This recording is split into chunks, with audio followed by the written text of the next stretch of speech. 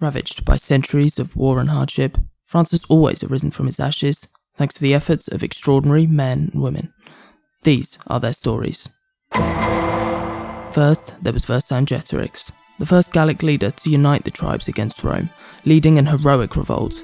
His legend comes from his self-sacrifice to the Romans, saving the lives of his men when defeat was inevitable. No one could again unite the warring tribes until Clovis, king of the Franks. His legacy was continued by Charles Martel, who stopped the unrelenting Arab invasion of Poitiers, shaping the destiny of Western Europe. His grandson continued to conquer all before him, and after a series of astonishing invasions, Charlemagne was made Holy Roman Emperor by the Pope. After a series of debilitating Viking invasions reducing Frankish territory, Philip I took control of the throne and established the Kingdom of France, extended by the Saint King Louis IX, defeating local rulers. The 100 Years' War then dominated the Middle Ages. The French kings managed to ultimately resist English claims to their throne with the help of Joan of Arc, martyred for her heroic efforts.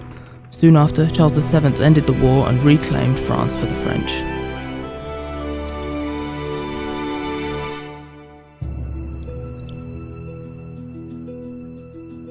After securing the territory, it was time to decide what it meant to be French. Francois I forged the idea of France and grew the language. Once France had been truly born, its borders began to inflate, first with the efforts of Henry II, then overseas. French explorers sent by Henry IV settled in the Americas, where French influence remains, from Mississippi to Montreal.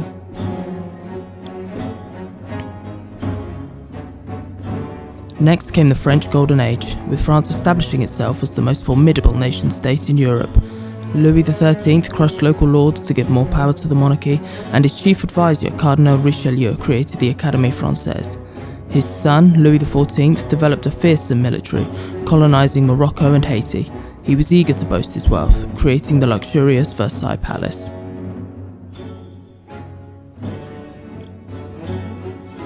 Meanwhile, colonies in North America were starting to weaken, with Marquis De Lafayette aiding the Americans in their revolt against the British. He fought for the ideals of freedom, equality and fellowship, inspired by the Enlightenment writers such as Voltaire. It was not long before these ideas caught on in his homeland. Disgusted with the lavish ruling class, the French people revolted and successfully overthrew their monarchy, resulting in the execution of King Louis XVI and Marie Antoinette, forever altering the course of European history.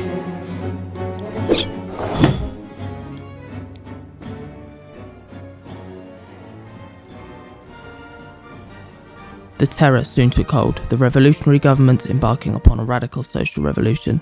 Even its leaders weren't safe, with Robespierre himself facing the guillotine. The ambitious French Revolutionary Wars resulted in France dominating most of the Mediterranean basin and continental Europe, led by Napoleon. Only at his defeat at Waterloo, 25 years after the revolution, was French progress finally halted.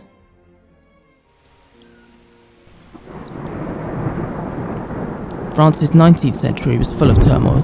After Napoleon's defeat, the Bourbon monarchy of Louis XVIII was restored for 15 years until it was overthrown and replaced by the July monarchy of Louis Philippe.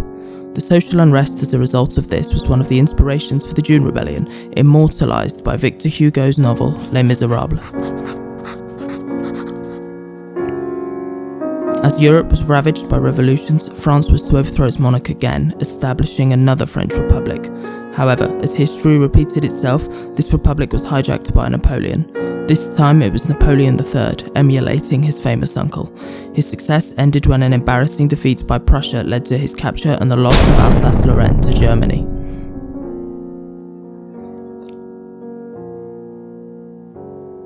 At the turn of the century, the French Third Republic was dominated by Clemenceau.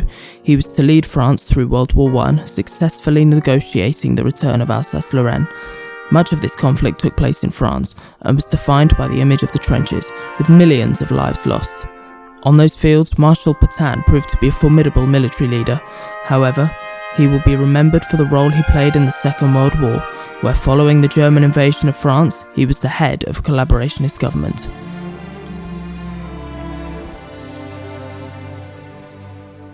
It was the Free French and the notorious resistance who take credit for the French liberation from Germany, led by Charles de Gaulle.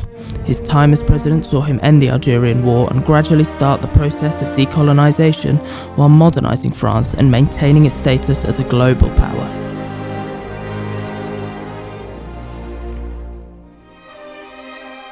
With 13 outer territories and the largest maritime area of any nation in the world, the sun will never set on France.